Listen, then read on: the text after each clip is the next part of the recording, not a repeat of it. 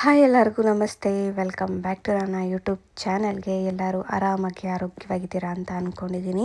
So ಇವತ್ತಿನ ವ್ಲಾಗ್ನ ಶುರು ಮಾಡೋಣ ಬನ್ನಿ. ಇನ್ನು ಬೆಳಗ್ಗೆನೇ ಎಲ್ಲ ಕೆಲಸಗಳನ್ನ ಮುಗಿಸಿ ಆರಾಮಾಗಿ ಇನ್ನು ಮಧ್ಯಾಹ್ನ ಒಂದು 2:30 ಅನ್ನಂಗೆ ಲಗೇಜ್ ಎಲ್ಲ ತೊಗೊಂಡು ನಾವು ಸೀದಾ ನನ್ನ ಬ್ರೈಡ್ ಮೇಕಪ್ ಇತ್ತಲ್ಲ ಆ ಲೊಕೇಶನ್ಗೆ ಹೋದ್ವಿ. ಬಟ್ ಅಲ್ಲಿಗೆ ಹೋಗಿ ಎಲ್ಲ ಅರೇಂಜ್ ಮಾಡಿಕೊಂಡ ಮೇಲೆ ಒಂದು ಎಡವಟ್ಟಾಯಿತು. ಅದೇನು ಅಂತ ಹಾಗೆ ಹೇಳಿದ್ದೀನಿ ನೋಡಿ. ಬೇರೆ ಚೌಟ್ರಿಗೆ ಬಂದ್ಬಿಟ್ಟಿದ್ದೀವಿ, ಎಲ್ಲ ತಿರ್ಗಿ ರೀಪ್ಯಾಕ್ ಮಾಡ್ಕೊಂಡು ಹೋಗ್ತಾ ಇದ್ದೀವಿ. ಎಂಥ ಇದ್ರೊಳಗೆ ಯಾಕೆ ಹೀಗೆ ನಗ್ತಾ ಬಿದ್ದೀವಿ. ಬೇರೆ ಚೌಟ್ರಿ ವೇಟ್ ಮಾಡ್ಕೊಂಡು ಕೂತಿದ್ದೀವಿ. ಇವಾಗ ಕಾಲ್ ಮಾಡಿದ್ರು ಬಂದಿದ್ದೀವಿ ಅಂತ. ನೋಡಿದ್ರೆ ಈ ಚೌಟ್ರಿ ಅಲ್ಲ, ಬೇರೆ ಚೌಟ್ರಿ. ಕನ್ಫ್ಯೂಷನ್ ಆಗಿ ಈ ಚೌಟ್ರಿಗೆ ಬಂದ್ಬಿಟ್ಟಿದ್ದೀವಿ. ಇವಾಗ ಬ್ಯಾಗ್ ಎತ್ಕೊಂಡು ಹೋಗ್ತಾ ಇದ್ದೀವಿ. ಹೆಂಗೆ ಅನಿಸ್ತಾ ಇದೆ? ನಗು ಬರ್ತೈತೆ ನಮಗೆ. ಬನ್ನಿ ಬನ್ನಿ ಹೋಗೋಣ, ಟೈಮ್ ಆಗೋಯ್ತಾ ಇದೆ. ಸೊ ಏನಾಯಿತು ಅಂದರೆ ನಾವು ಅವ್ರು ಕಳಿಸಿದ ಲೊಕೇಶನ್ಗೆ ಹೋಗಿದ್ದೀವಿ. ಬಟ್ ಎಲ್ಲನೂ ಐಟಮ್ಸ್ ಎಲ್ಲ ಅರೇಂಜ್ ಮಾಡ್ಕೊಂಡು ನಾವು ಅವ್ರಿಗೆ ವೆಯ್ಟ್ ಮಾಡ್ತಾಯಿದ್ದೀವಿ. ಅವ್ರು ಬಂದಮೇಲೆ ನಮಗೆ ಕಾಲ್ ಮಾಡ್ತಾಯಿದ್ದಾರೆ. ಅವರು ನಮ್ಮನ್ನು ಹುಡುಕ್ತಾ ಇದ್ದಾರೆ, ನಾವು ಅವ್ರನ್ನ ಹುಡುಕ್ತಾ ಇದ್ದೀವಿ. ಬಟ್ ಸಿಕ್ಕಿಲ್ಲ. ಆಮೇಲೆ ಗೊತ್ತಾಯಿತು ನಾವು ಬೇರೆ ಚೌಟ್ರಿಲಿ ಇದ್ದೀವಿ ಅಂತ ಹೇಳ್ಬಿಟ್ಟು.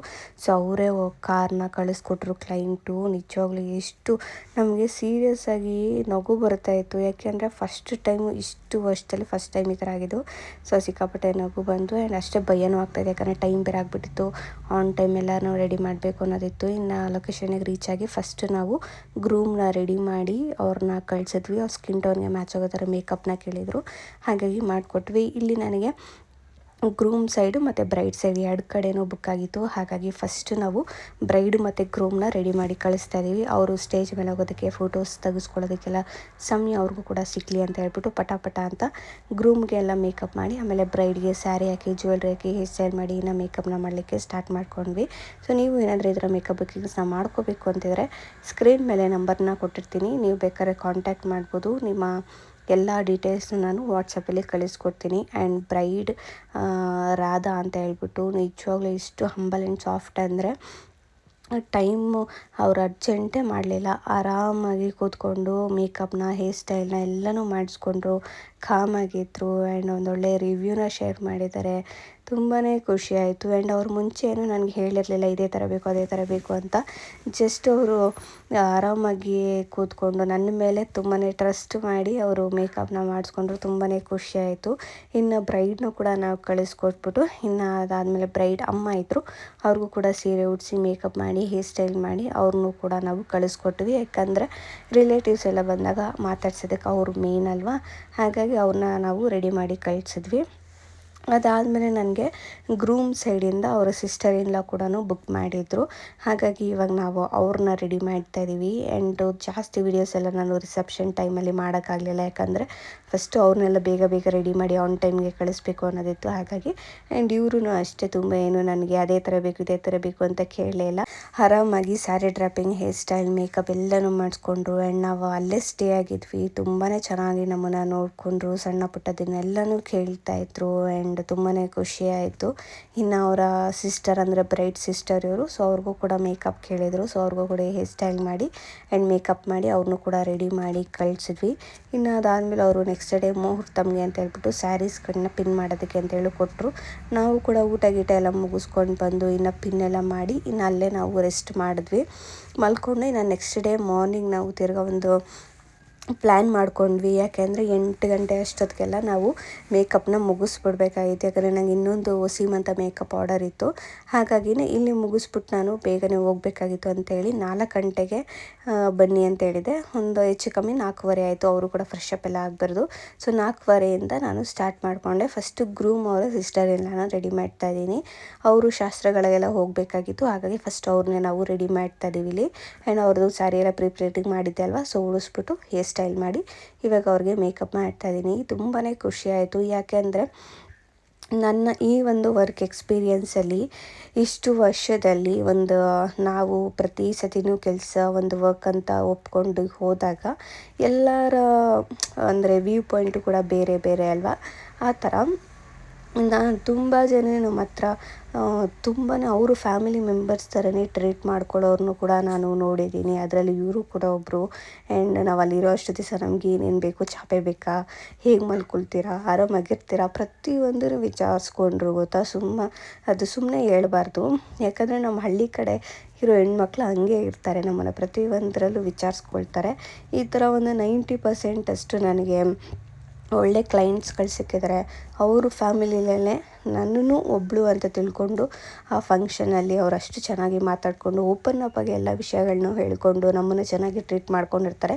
ಎಲ್ಲ ಒಂದು 10% ಅಷ್ಟು ಮಾತ್ರ ನಮಗೆ ನೆಗೆಟಿವ್ ಆಗಿ ಹೇಳೋದು, ಚೆನ್ನಾಗಿದ್ರು ಚೆನ್ನಾಗಿಲ್ಲ ಅನ್ನೋದು. ಆ್ಯಂಡ್ ಕೆಲವೊಂದು ಸತಿ ಅಂತೂ ಕಣ್ಣೀರೇ ಹಾಕ್ಸಿದ್ದಾರೆ ಕೆಲವರು.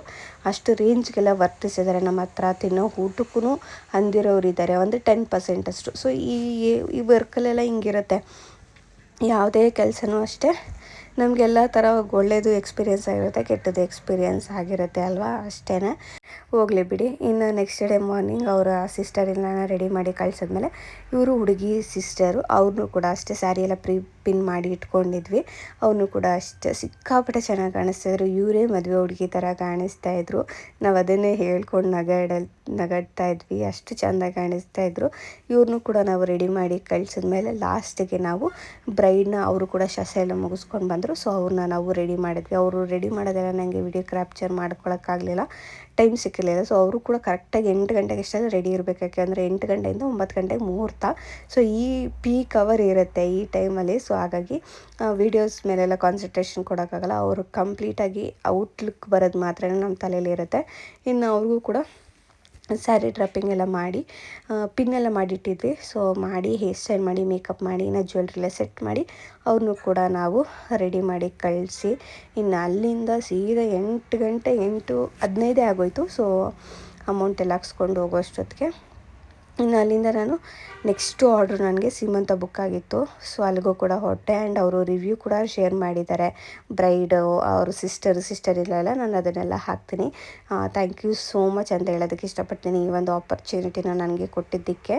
ಇನ್ನು ಅಲ್ಲಿಂದ ನಾನು ಸೀಮಂತ ಮೇಕಪ್ ಅಂತ ಹೇಳಿದ್ನಲ್ಲ, ಅಲ್ಲಿಗೆ ಹೋದೆ. ಅಲ್ಲೂ ಕೂಡ ಅಷ್ಟೇ ಟೈಮ್ ಆಗೋಗಿತ್ತು. ಅವರು 11 ಗಂಟೆಗೆಲ್ಲ ಕೂರಿಸ್ಬೇಕು ಅಂತ ಹೇಳಿದರು. ಹಾಗಾಗಿ ನಾನು ರೀಚ್ ಆಗೋದು 9 ಗಂಟೆ ಆಯಿತು. ಇನ್ನು ಹೋಗಿ ಬೇಗನೆ ಅವ್ರಿಗೆ ಸ್ಯಾರಿ ಡ್ರಾಪ್ ಮಾಡಿ ಮೇಕಪ್ ಮಾಡಿ ಹೇರ್ ಸ್ಟೈಲ್ ಮಾಡಿಕೊಟ್ಟೆ. ಇವರು ಅಷ್ಟೇ ತುಂಬಾ ಖುಷಿಪಟ್ಟರು, ತುಂಬಾ ಇಷ್ಟಪಟ್ಟರು. ಇನ್ನೇನು ಸೀಮಂತ ಇನ್ನೇನು ಒಂದು ವಾರ ಇದೆ ಅನ್ನೋಂಗೆ ಬುಕ್ ಮಾಡಿದರು.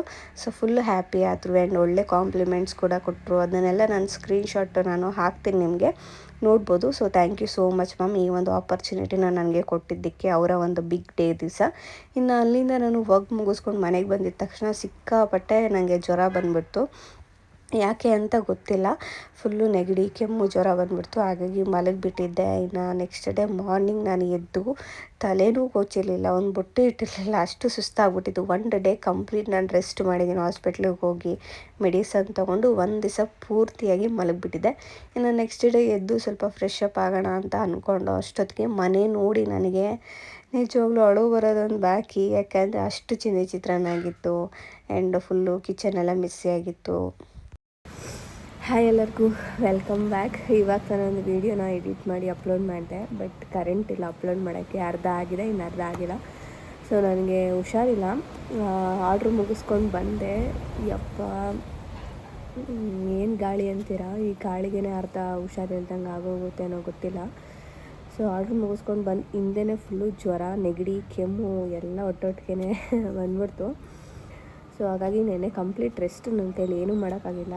ಆ್ಯಂಡ್ ಬೆಳಗ್ಗೆ ಅಪ್ಪನ ಬೇರೆ ಸ್ಕೂಲಿಗೆ ಕಳಿಸ್ಬೇಕು. ಆ್ಯಂಡ್ ಹತ್ರವಾಗಿ ಕಳಿಸಿದ್ದೀನಿ ನೆನ್ನೆನೂ. ಆ್ಯಂಡ್ ಇವತ್ತು ಹಂಗೆ ಆಯಿತು. ಜಸ್ಟ್ ಆ್ಯಪಲ್ ಮತ್ತು ಡ್ರೈ ಫ್ರೂಟ್ಸ್ ಹಾಕಿ ಕಳಿಸ್ದೆ. ಅವ್ನಿಗೂ ರೆಡಿ ಮಾಡಿ ಜಸ್ಟ್ 2 ನಿಮಿಷ ನನ್ನ ಕೈಲಿ ಎದ್ದು ಅವ್ನನ್ನು ಕಳಿಸೋ ಗಂಟೆ ಅಷ್ಟೇ ನನಗೆ ಪೇಷನ್ಸ್ ಇರೋದು. ಇವಾಗ ಎದ್ದು ಸ್ವಲ್ಪ ತಲೆ ಹಂಗೆ ಗೋಚ್ಕೊಂಡು ಬೊಟ್ಟಿಟ್ಕೊಂಡಿರೋದು, ಇದ್ರ ಥರ ಇದ್ದೆ ನಾನು. ತುಂಬ ದಿವಸ ಆಗೋಯ್ತಲ್ಲ ಅಂತ ಹೇಳ್ಬಿಟ್ಟು ನಾನು ಇವಾಗ ಒಂದು ವ್ಲಾಗ್ನ ಎಡಿಟ್ ಮಾಡಿ ಅಪ್ಲೋಡ್ ಮಾಡಿದೆ. ಬಟ್ ಕರೆಂಟ್ ಇಲ್ಲ, ಜಸ್ಟ್ ಬರೀ ಗಾಳಿಗೆ ಕರೆಂಟ್ ತೆಗಿತಾ ಇದ್ದಾರೆ. ಇನ್ನು ಮಳೆ ಬಂದುಬಿಟ್ರೆ ಇನ್ನು ಹೆಂಗೋ ನಮಗೆ ಕರೆಂಟ್ ಕೊಡ್ತಾರೋ ಇಲ್ವೋ. ಇನ್ನು ವ್ಲಾಗ್ಗಳು ಸ್ಟಾರ್ಟ್ ಮಾಡೋದು ಕರೆಂಟ್ ಇಲ್ಲ ಅಂತ ಹೇಳ್ಬಿಟ್ಟು ಅಲ್ಲಿಗೆ ಎಂಡ್ ಮಾಡೋದು, ಇದೇ ಥರನೇ ಆಗ್ತಾಯಿದೆ. ಸಿಕ್ಕಾಪಟ್ಟೆ ಗಾಳಿ, ಆಷಾಢದ ಗಾಳಿ. ಇನ್ನೂ ಆಷಾಢನೇ ಸ್ಟಾರ್ಟ್ ಆಗಿಲ್ಲ, ಆಗಲೇ ಗಾಳಿ. ನಿಮ್ಮ ಕಡೆಯಲ್ಲೇ ಹೆಂಗಿದೆ ಇದು ಆಷಾಢ ಗಾಳಿ ಅಂತ ಹೇಳಿ. ಸಿಕ್ಕಾಪಟ್ಟೆ ಇಲ್ಲಂತೂ ಮೊನ್ನೆ ನಾವು ಸೈಲೇಜ್ ಎಲ್ಲ ಮಾಡಿಸ್ದಾಗೂ ಅಷ್ಟೇ, ಅವತ್ತು ಅಷ್ಟೇ ಸಿಕ್ಕಾಪಟ್ಟೆ ಗಾಳಿ. ಆ್ಯಂಡ್ ಇವತ್ತು ಅಷ್ಟೇ ಸಿಕ್ಕಾಪಟ್ಟೆ ಗಾಳಿ. ಇವಾಗ ಹಾಗೆ ಕರೆಂಟ್ ಇಲ್ವಲ್ಲ ಅಂತ ಹೇಳ್ಬಿಟ್ಟು ಹಾಗೆ ನಿಮ್ಮ ಜೊತೆನೂ ಮಾತಾಡೋಣ ಅಂತ ಹೇಳ್ಬಿಟ್ಟು ವ್ಲಾಗ್ ಸ್ಟಾರ್ಟ್ ಮಾಡಿಕೊಂಡೆ. ಇನ್ನೇನು ಇನ್ನೊಂದು ಅವರ್ ಅಪ್ಪು ಬರ್ತಾನೆ, 12 ಗಂಟೆ ಆಯಿತು. ಇನ್ನೊಂದು ಅವರು ಏನಾದರೂ ಮಾಡಬೇಕು. ನಾನು ಬೆಳಗ್ಗೆ ರಸಮ್ ಮಾಡಿದ್ದೆ, ಇವಾಗ ಉಪ್ಪಿಟ್ಟು ಏನಾದರೂ ಮಾಡೋಣ, ಬಿಸಿ ಬಿಸಿಯಾಗಿ ಏನಾದರೂ ಮಾಡ್ಕೊಂಡು ತಿನ್ನೋಣ ಅಂದ್ಕೊಂಡೆ. ಈ ಟೈಮಲ್ಲೇ ನಂಗೆ ತುಂಬಾ ಒಂಥರ ಅಳು ಬರೋಂಗೆ ಆಗ್ಬಿಡುತ್ತೆ ಅಮ್ಮನ ಅಕ್ಕನೆಲ್ಲ ನೆನೆಸ್ಕೊಂಡು. ಯಾಕಂದರೆ ಆ ಒಂದು ಏನಿರುತ್ತಲ್ಲ ನಮಗೆ ಈ ತಿಂಗಳಾನುಗಟ್ಟಲೆ ಕಷ್ಟಪಟ್ಟು ದುಡಿತಾನೇ ಇರ್ತೀವಿ. ಬಟ್ ಈ ಥರ ಹುಷಾರಿಲ್ಲ ಅಂದಾಗ ನಮ್ಮನ್ನು ನೋಡ್ಕೊಳ್ಳೋಕೆ ಯಾರೂ ಇಲ್ಲ ಅಂದಾಗ ಸಿಕ್ಕಾಪಟ್ಟೆ ಅಳು ಬಂದುಬಿಡುತ್ತೆ. ನಮಗೆ ನಾವು ನೋಡ್ಕೊಳ್ಳೋಕ್ಕೂ ಆಗೋಲ್ಲ, ಊಟ ಕರೆಕ್ಟಾಗಿ ಮಾಡೋಕ್ಕಾಗಲ್ಲ, ನೀರು ಕಾಯಿಸ್ಕೊಡೋಕ್ಕೂ ಕೂಡ ಯಾರೂ ಇಲ್ಲ ಅಂದಾಗ ಸಿಕ್ಕಾಪಟ್ಟೆ ಒಂಥರ ಅಳು ಬರೋಂಗೆ ಆಗಿಬಿಡುತ್ತೆ ನನಗಂತೂ. ಅಮ್ಮ ಮತ್ತು ಅಕ್ಕನ ತುಂಬಾ ಮಿಸ್ ಮಾಡ್ಕೊತೀನಿ. ಮನೆ ಅಂತೂ ಹೆಂಗಿದೆ ಅಂದರೆ ಚೆಲ್ಲ ಪಿಲ್ಲಿ ಆಗಿದೆ. ನನಗೆ ಅದನ್ನ ನೋಡ್ತಾಯಿದ್ರೆ ಇನ್ನೂ ಡಬಲ್ ಅಳು ಬರೋ ಥರನೇ ಆಗ್ತಾಯಿದೆ. ಅಯ್ಯೋ ಇದೆಲ್ಲ ಮಾಡಬೇಕಲ್ಲಪ್ಪ, ಪಾತ್ರೆ ತೊಳಿಬೇಕಲ್ಲಪ್ಪ ಈ ವೆದರ್ಗೂ ಅದಕ್ಕೂ. ಇದೆಲ್ಲ ನೋಡ್ತಾಯಿದ್ರೆ ಇನ್ನೂ ಅಳು ಬರೋ ಥರ ಅನಿಸ್ತಾ ಇದೆ. ಸೊ ಸಿಕ್ಕಾಪಟ್ಟೆ ಒಂಥರ ಕಷ್ಟ ಹೆಣ್ಮಕ್ಳಿಗೆ. ಅವ್ರಿಗೆ ನಿಜವಾಗ್ಲೂ ದೇವರು ಈ ಥರ ಕಾಯಿಲೆ ಎಲ್ಲ ಬರಬಾರ್ದು. ಅವ್ರಿಗೆ ಆರಾಮಾಗಿ ಎನರ್ಜೆಟಿಕ್ ಆಗಿರಬೇಕು. ಕಾಯಿಲೆ ಬಂತು ಅಂದರೆ ಯಾರೂ ನೋಡ್ಕೊಳ್ಳೋದಕ್ಕಿರಲ್ಲ. ಅದೊಂಥರ ಕಷ್ಟವಾಗಿರೋ ಟೈಮು. ಅಂದರೆ 2 ದಿವ್ಸಕ್ಕೆ ಹೋಗ್ಬಿಡುತ್ತೆ, ಬಟ್ ಆ 2 ದಿವಸ ನರಕ ತೋರಿಸುತ್ತೆ ನಮಗೆ. ಆ್ಯಂಡ್ ಫುಲ್ಲು ಅಳು ಬರೋ ಥರ ಎಲ್ಲ ಅನಿಸ್ಬಿಡುತ್ತೆ, ಜೋರಾಗಿ ಅಳಬೇಕು ಅಂತ ಅನಿಸ್ಬಿಡುತ್ತೆ. ಆ್ಯಂಡ್ ಮನೆಗೊಂದು ನೀರು ಕಾಯಿಸ್ಕೊಡೋಕ್ಕೂ ಯಾರೂ ಇಲ್ಲ ಅಂದಾಗ ಸಿಕ್ಕಾಪಟ್ಟೆ ಬೇಜಾರಾಗುತ್ತೆ. ನನಗೆ ಅಂತೂ ಆಗ್ತಾನೇ ಇರಲಿಲ್ಲ ನಿನ್ನೆ ಮೊನ್ನೆ. ಇವತ್ತು ಅಷ್ಟೇ, ಹೆಂಗಿದ್ದೀನೋ ಒಳ್ಳೆ ಇದ್ರ ಥರ ಇದ್ದೆ ಬಿಡಿ. ನನಗಂತೂ ಆಗ್ತಾನೇ ಇರಲಿಲ್ಲ. ಮಲಗಿರೋ ಜಾಗದಲ್ಲೇ ಮಲಗಿದ್ದು. ಇವತ್ತೇ ಒಂಚೂರು ಎದ್ದು ವೀಡಿಯೋ ಎಲ್ಲ ಎಡಿಟ್ ಮಾಡಿ ವಾಯ್ಸ್ ಓವರ್ ಕೊಟ್ಟಿದ್ದು. ಇವಾಗೂ ಸ್ವಲ್ಪ ನೆಗಡಿ ಇದೆ, ವಾಯ್ಸ್ ಕೊಡೋಕ್ಕಾಗ್ತಾಯಿಲ್ಲ ಜೋರಾಗಿ ಅಂತ ಹೇಳ್ಬಿಟ್ಟು ನಿಧಾನಕ್ಕೆ ಮಾತಾಡ್ತಾಯಿದ್ದೀನಿ. ಅವತ್ತಂದು ಎಷ್ಟು ಬೇಜಾರಾಗ್ಬಿಟ್ಟಿತ್ತೆ ಅಂದರೆ ನಿಜವಾಗ್ಲೂ ಸಿಕ್ಕಾಪಟ್ಟೆ ಬೇಜಾರಾಯಿತು. ಆವಾಗ ಅನಿಸುತ್ತೋ ಅಯ್ಯೋ ಜಾಯಿಂಟ್ ಫ್ಯಾಮಿಲಿ ಇರಬೇಕು, ಆವಾಗಾದರೆ ಒಂಚೂರು ಚೆನ್ನಾಗಿರುತ್ತೆ, ಇಲ್ಲಾಂದರೆ ನಾವೇ ಎಲ್ಲ ಕೆಲಸ ಮಾಡಬೇಕು ಅಂತ ಹೇಳ್ಬಿಟ್ಟು ಅಳು ಬರೋ ಥರನೇ ಆಗೋಯಿತು. ನಾನು ಯಾವ ಟೈಮಲ್ಲೂ ಕುಗ್ಗಲ್ಲ. ಈ ಹುಷಾರಿಲ್ಲ ಅಂದಾಗ ನನಗೆ ಏನಾದರೂ ತುಂಬಾ ಹೆಡೇಕ್ ಅನಿಸ್ದಾಗ ಅಳು ಬರೋ ಥರದ್ದು ಈ ಥರದ್ದೆಲ್ಲ ಆಗ್ತಾಯಿರುತ್ತೆ. ಆವಾಗ ಏನು ಮಾಡ್ತೀನಿ ಅಂದರೆ ಜಸ್ಟ್ ಸ್ವಲ್ಪ ಹೊತ್ತು ಹತ್ತು ಬಿಡ್ತೀನಿ, ಆಮೇಲೆ ಎದ್ದು ತಿರ್ಗಾ ಮೋಟಿವ್ ಆಗ್ತೀನಿ. ಅವ್ನು ಹೆಂಗೆ ಸ್ಕೂಲಿಗೆ ಕಳಿಸಿದ್ದೆ ಅಪ್ಪನ ಅಂತಲೇ ಗೊತ್ತಿಲ್ಲ. ಸೊ ಅವನು ಕೂಡ ಬಂದ, ಇನ್ನು ನಾನು ಉಪ್ಪಿಟ್ಟು ಮಾಡೋಣ, ಸ್ವಲ್ಪ ಬಿಸಿ ಬಿಸಿಯಾಗಿ ತಿನ್ನೋಣ ಅಂತ ಹೇಳ್ಬಿಟ್ಟು ಏನೂ ಊಟ ಒಳಗೆ ಹೋಗ್ತಾಯಿರಲಿಲ್ಲ. ಹಾಗಾಗಿ ಉಪ್ಪಿಟ್ಟು ಮಾಡಿ ತಿಂದ್ಕೊಂಡು ಇನ್ನು ಸಂಜೆ ಮೇಲೆ ಅಪ್ಪುಗೆ ಹೋಮ್ವರ್ಕ್ ಇತ್ತು. ಸೊ ಅದನ್ನು ಆರಾಮಾಗಿ ಅವನು ಬರೀತಾ ಇದ್ದ. ಅವ್ನು ಬರೀಲಿ ಅಂತ ಹೇಳ್ಬಿಟ್ಟು ಅವ್ನ ಪಕ್ಕನೇ ಕೂತಿದ್ದೆ. ಇಲ್ಲಾಂದರೆ ಬರೆಯಲ್ಲ, ಚೇಷ್ಟೆ ಮಾಡೋದು. ಹಾಗಾಗಿ ಬರೆಸ್ದೆ. ಇನ್ನು ನೆಕ್ಸ್ಟ್ ಡೇ ಮನೆ ಎಲ್ಲರಿಗೂ ಜ್ವರ ಬಂದುಬಿಡ್ತು. ಪ್ರವೀಣವ್ರಿಗೂ ಜ್ವರ, ಇವನಿಗೂ ಜ್ವರ, ನನಗೂ ಜ್ವರ. ಹಾಗಾಗಿ ತಿರ್ಗಾ ನಾವು ಹಾಸ್ಪಿಟ್ಲಿಗೆ ಹೋಗಿ ತಿರ್ಗಾ 3 ಜನನ ತೋರಿಸ್ಕೊಂಡು ಮನೆಗೆ ಬಂದ್ವಿ.